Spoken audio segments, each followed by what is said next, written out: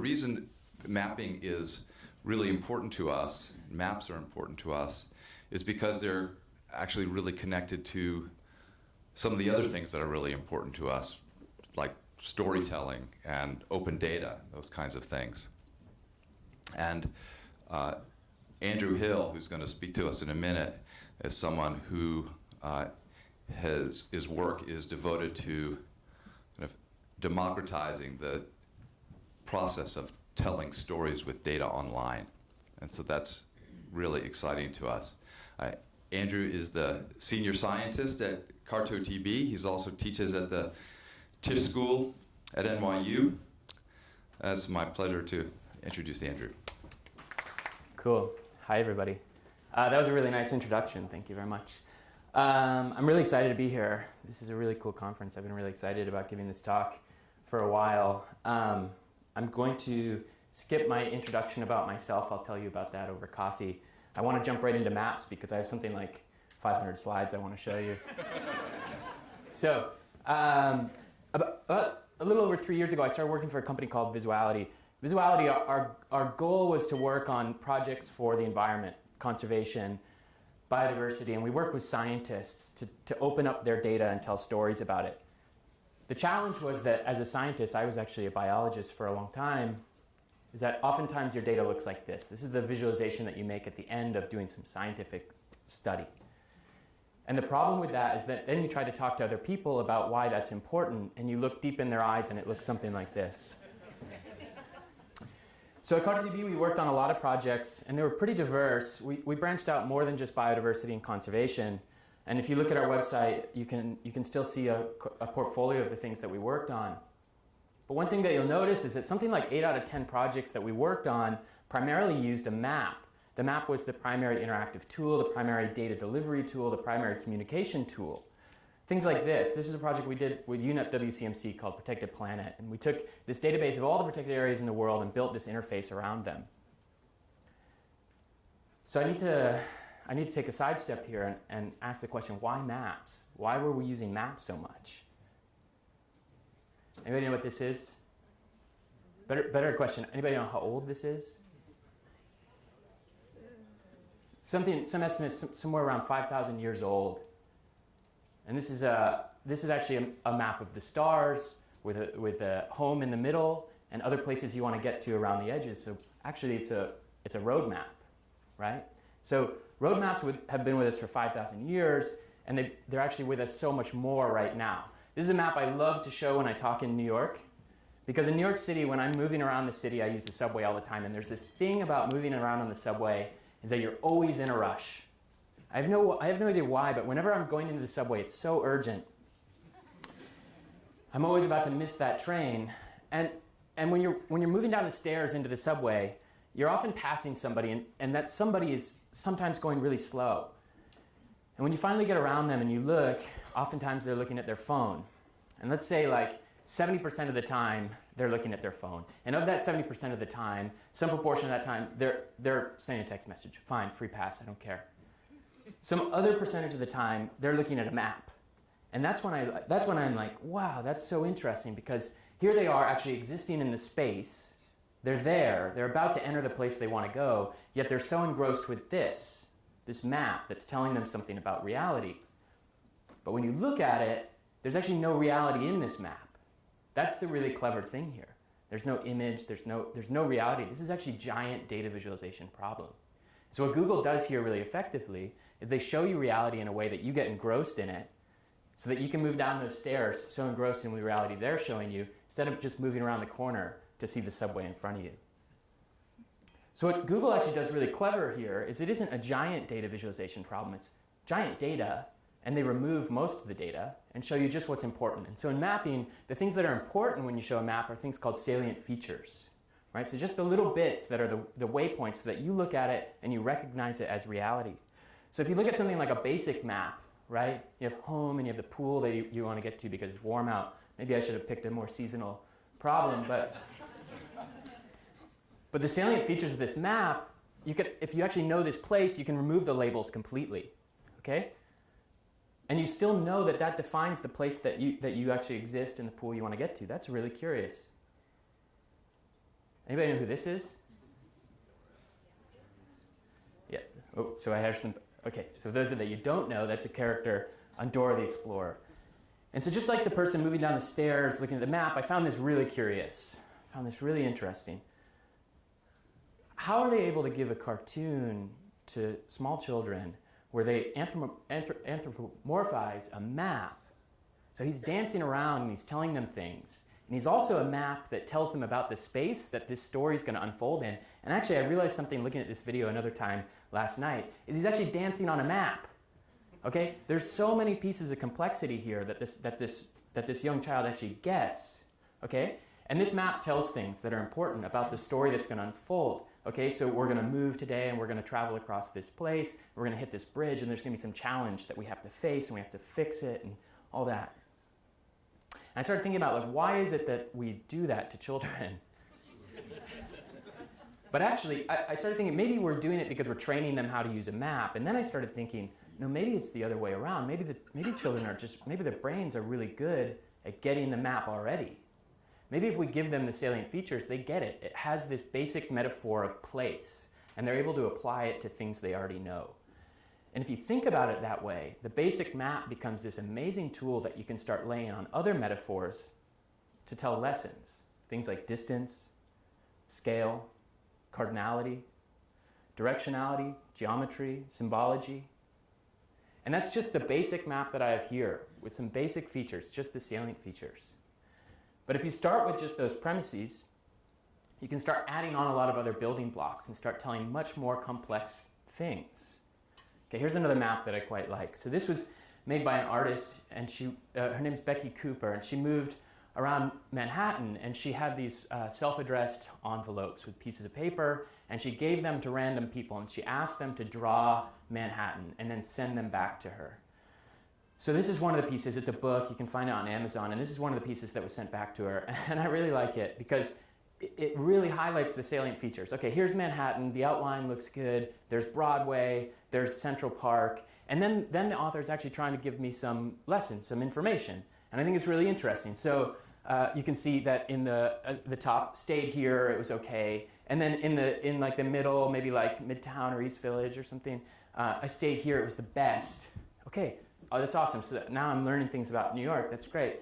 And then they say down here, down in the bottom left, I also stayed in Brooklyn, and that sucked. Well, for me, Brooklyn is a salient feature, actually, and Brooklyn exists over there. Okay? So suddenly this author has lost all authority. Okay, that's interesting. But the fact here is that what maps allow us to do is all be this guy. Okay, a journalist actually clued me into this interesting thing. So the journalist, I was at this conference, and she said, in journalism, when you're trying to do data visualization, it's a big challenge. Because unless you know your readership really well, data visualization, you can actually lose them, right? If they're not data literate or they're not willing to dig into data, things like a bar chart can really detract people from the message you're trying to give them. She said, except for the map. Every day, we give people a map, and they're willing to look at it, and they don't have a problem with it, and it's the weather map. And I went home, and my mind was blown, and I was like, wow, that is a really interesting thing. I started thinking about it more, and it's even more than that.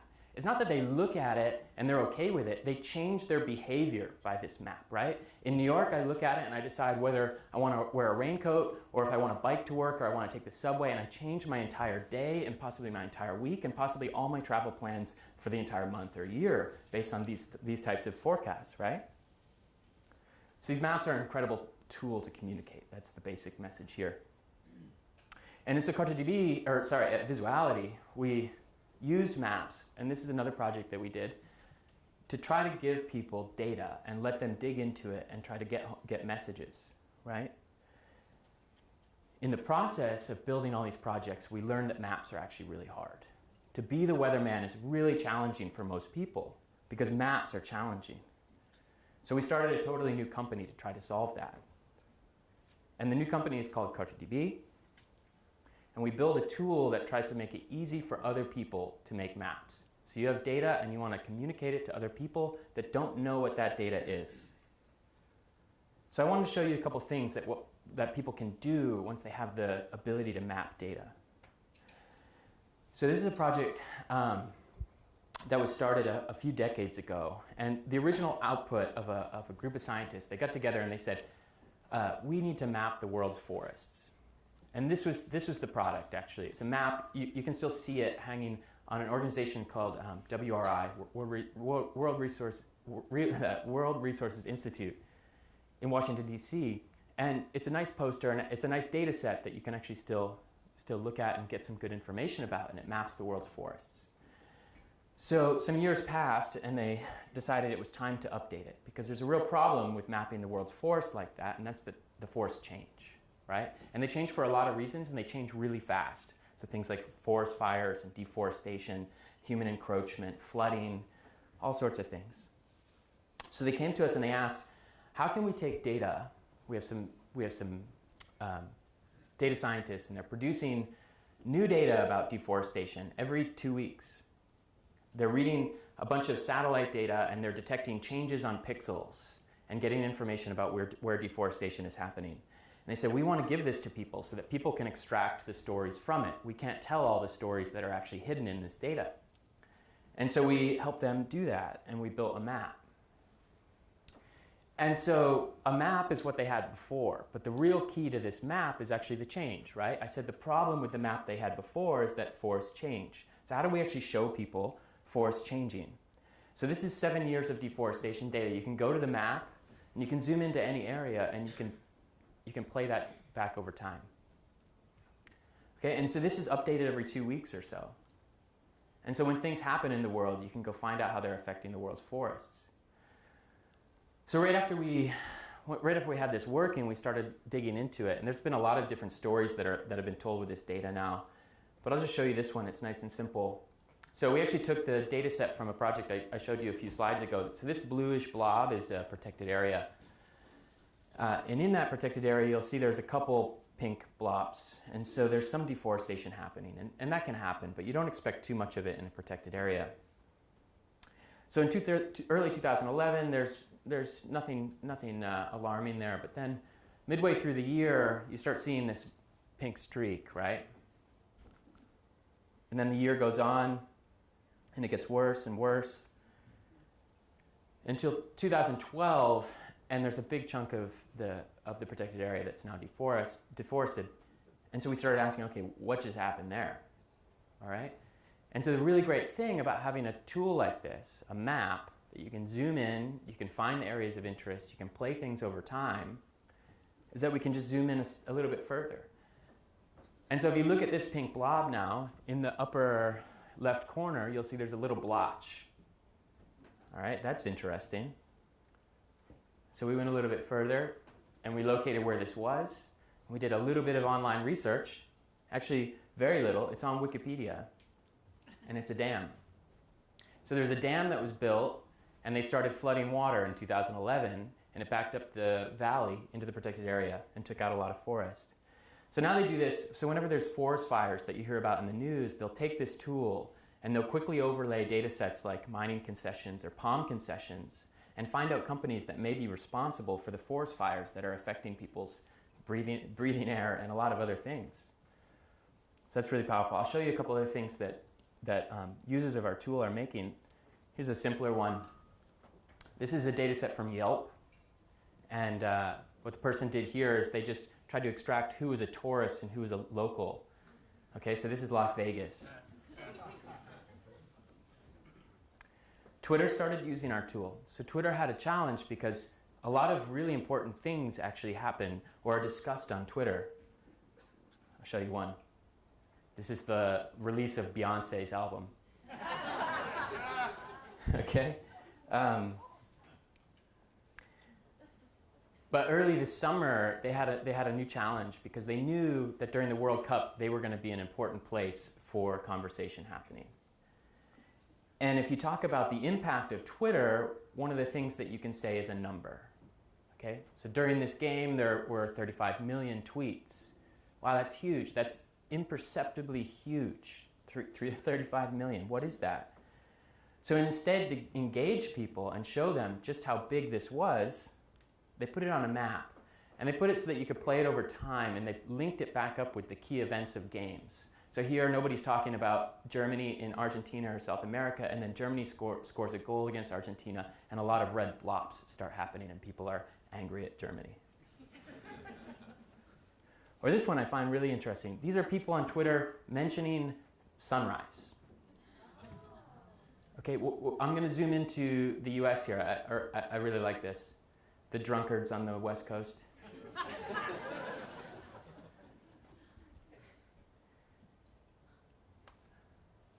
Here's the recent election in India and people talking about different candidates.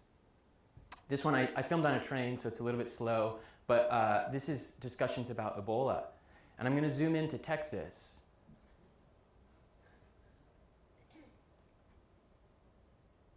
And you'll see there's a little bit of chatter, a little bit of chatter.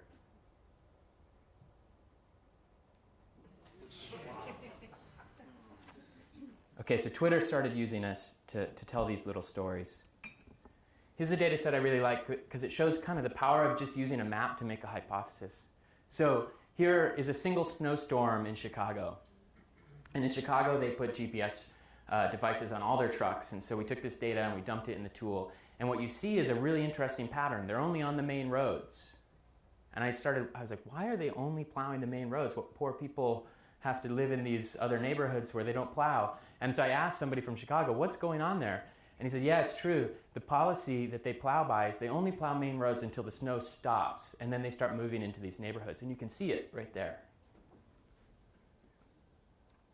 Oop, got a repeat for you there. So this is a project done by a guy in the UK, and the UK has really great open data laws. And so he took a ton of open data and he dumped it into CartoDB, and he made this map. And you can go to it, and you can explore basically these quality of living indices. So you can hover over every neighborhood, and you get things like distances to schools, public transportation, housing prices. And you can drill in and find different places that you may or may not want to live.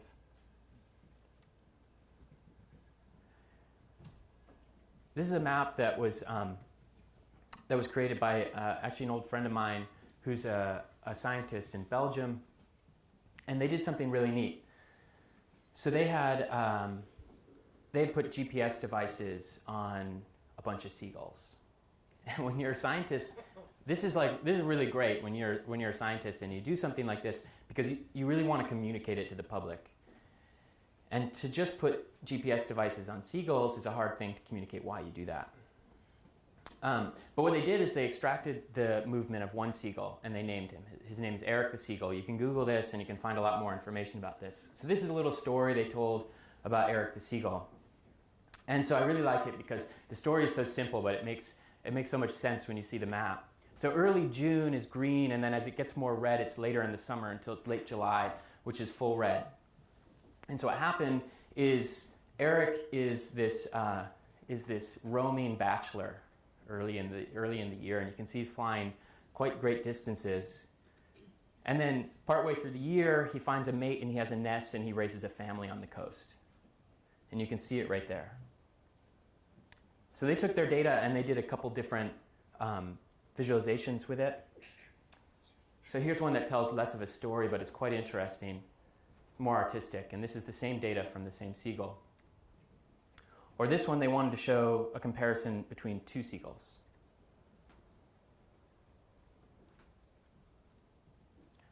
So I want to talk for a second about the future of maps.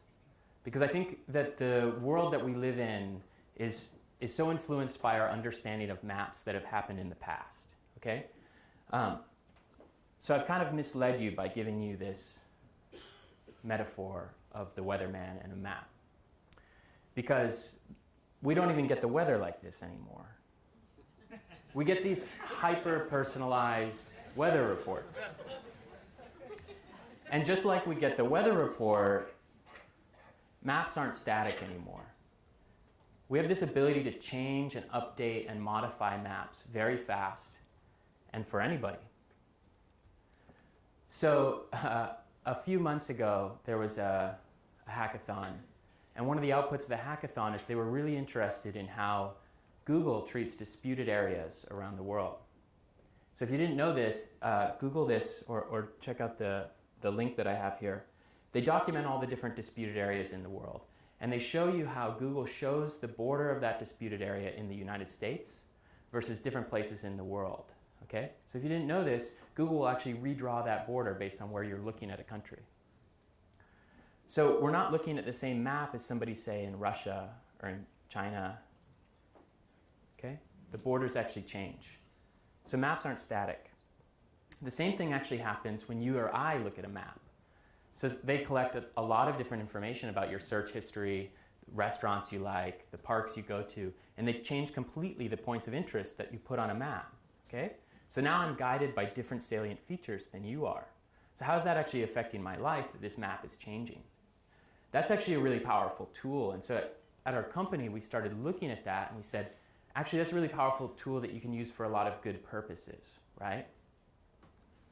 So here's an experiment done by a friend of mine. And what she did was really simple. She took, there's a website called Forecast.io, and they have some really nice streams of weather data, so on the weather theme. And what this map does is really simple. It says, if it's 85 and sunny out, show bike routes. But if it's snowy and 40 degrees out, show me subway stations, right? And so that way I can change my behavior, but I don't have to choose. It just chooses for me based on some input, okay? So this is one way that you can change a map for your viewer. But actually we can be doing it a lot of different ways, right? So we no longer have to make a single map for every viewer. We can make different maps for each viewer, all right? So the stories you tell can change for everybody. And I think that maps are fundamentally a really powerful storytelling tool. And we try to expose that and give that to you. So I'm going to be giving a workshop later, and I'll just show you the basics of how to do that. So I wanted to open it up for some time for questions. Thanks.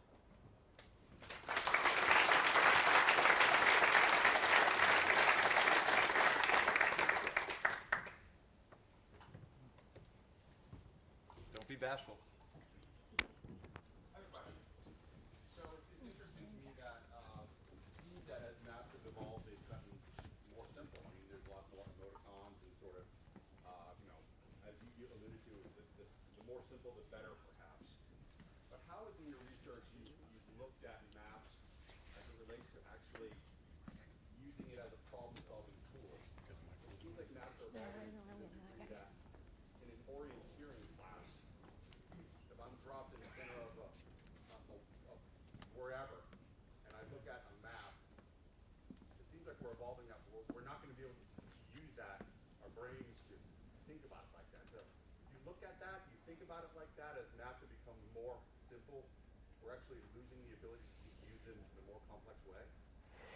Yeah, that's actually a really interesting question. When I was driving here, I was thinking to myself how I had the routing tool in Google turned on, so it was telling me like the turn-by-turn directions, and I noticed how quickly I wanted feedback instead of just waiting for signs. And I think it's related. But yeah, I think our relation to maps is always evolving. Can you repeat the question? Basically, let me see if I can summarize it. Basically, that our relationship to maps is changing, and that maybe we're losing our ability to use the maps in these complex ways that we used to, like direction finding if you're stuck in the woods. But at the same time, our ability to make maps that fit niche needs is getting easier, right? So we have a lot of different tools that you can do cartography and design a map, and you can use the web to deliver a map, and you can use offline tools to put it on your phone for whenever you need it. So actually you can make very specific maps, and you can have so if I use Google Maps to go someplace, oftentimes it's pre-caching places, so even if I get offline, it's always there. So I think the tools are actually always getting better to maybe match our dumbness in using them. But I don't know. I think the power of mapping is just getting greater, to be honest. I saw one over here. Sorry, just wait a minute for the microphone to get to you.